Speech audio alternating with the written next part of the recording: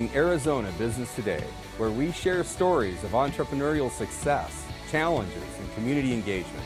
You'll get insights and advice from businesses started right here in Arizona.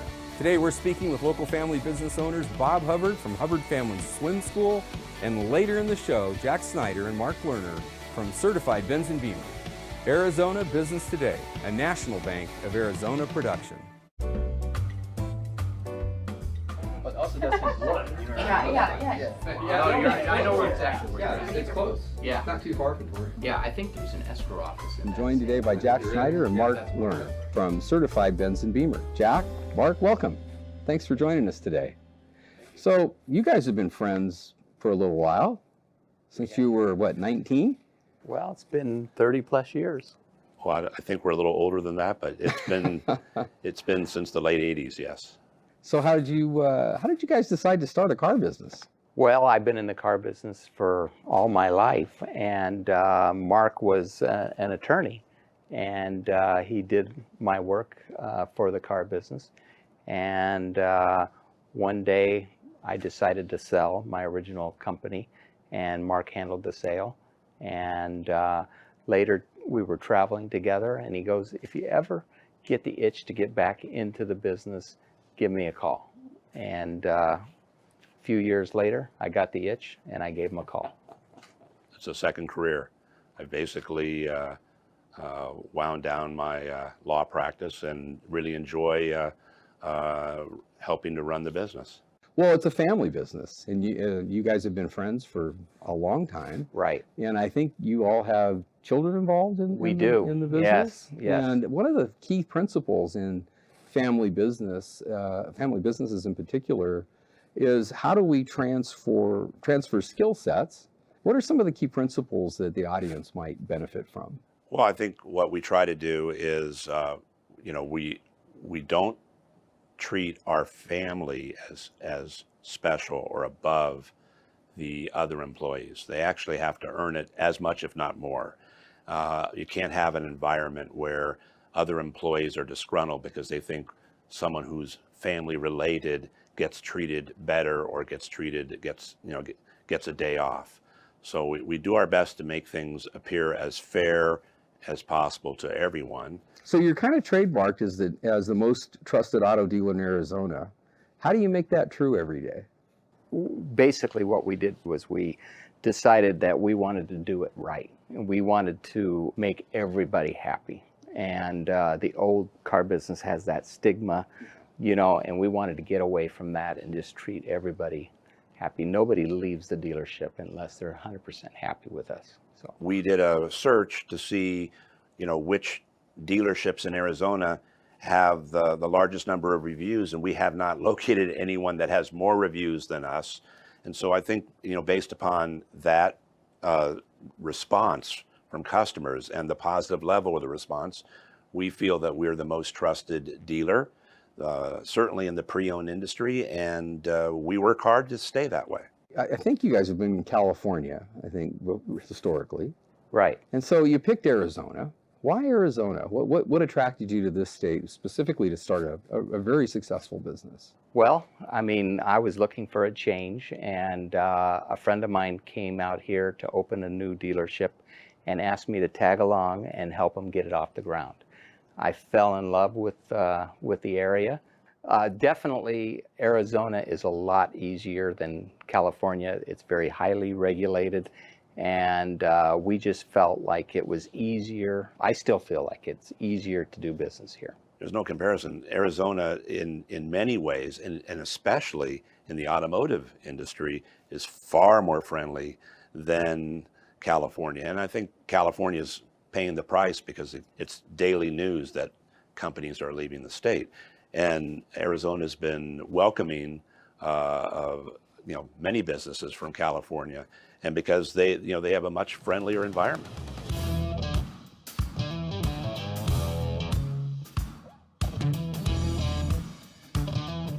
This is our best showroom. This is the SLS model. Yeah, GT and extra horsepower. This one here is a 1995 Porsche 911 Cabriolet. Why do you like that?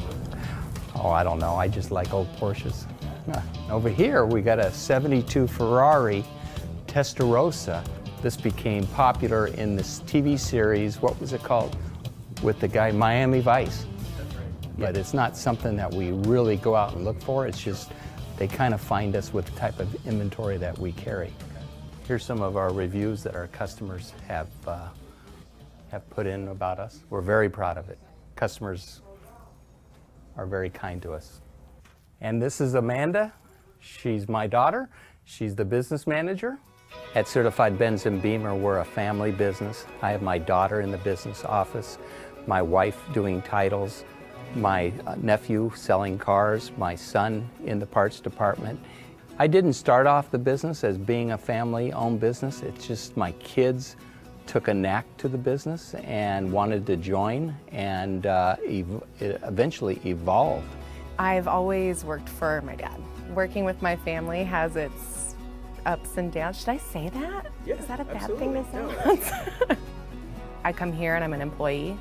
So if I make a mistake or if I do something that warrants him to get after me, I can't take it to heart, because then he's coming up later and asking me if I'm coming over for Sunday dinner. Well, they certainly don't get held to preferential treatment. That's no way to operate a little league team, and it's no way to operate a business. It just creates animus amongst the workers. The Schneider family is family. My daughters look upon Jack and his wife Alona as parents. I think I'm looked upon as the same way by Jack's daughters. It's tricky when you're in partnership with a friend. Ideally, you don't have two people who are the same personality, so that your strengths and weaknesses can work together. Jack's outstanding, in terms of operating an automotive business, in terms of buying and selling cars, in terms of motivating his staff. I think some of the little things that in terms of you're not able to stay on top of when you're operating a business, I like to think that those are the things where I'm able to help out with. And here's Trevor, our general sales manager. Good, show me a deal. Well, actually, I have something going on here. As far as who I spend the most time with here, I mostly work more with my ex-husband than anybody other than my, dad. But yeah, it was very interesting, because when we decided to get divorced, he stayed on, and now we have a great relationship, and I think of him as a friend because he's a good guy, and we have a child together. So to have a work relationship with somebody, then you can definitely have any other type of relationship with them. And because of that, we've actually been able to maintain respect for one another. And here's the parts department. And over here is my son, Travis. Travis? Hello. So what do you got? I have a lot of pride with the kids that wanted to follow in my footsteps and be part of the car business, because it's just not an easy business to be involved in. I've talked to all my family members individually and spoke to them about their role in the business, and to learn everything they can from me now, because at some point in time I will be retired or be vacationing and I won't be available. Those are very hard conversations, but they're very necessary. He always says he's gonna retire or take some time off, and we just haven't seen him do that yet. So I don't know when that would ever be happening. I don't even know if I'd want to see him leave, to be honest with you. I would say I would like to ease into retirement. I always want to be a part of the business. I enjoy coming here. I enjoy talking to the family and greeting customers. Well, you have a great business. You have family involved in the business. You obviously value family businesses in the state as well as a client. The industry's changing. There's a lot of new innovation. Carvana appears to be something that's starting to appeal, especially to younger generation. And then autonomous vehicles are starting to become even more popular. And what do you think is the way to go? Is there something you should do different, or? Well, I think that you're right. The millennials love to buy vehicles online. In the past, how you got your customers is they would drive by the dealership, pull in, and go look at the cars. Today, they get on the internet and they look at what you have online. And so your online presence has to be second to none.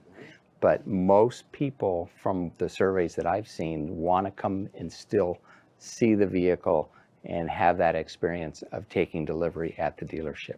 I believe that from all the things that I've read is that between rideshare and autonomous vehicles, they are taking, they are potentially the future.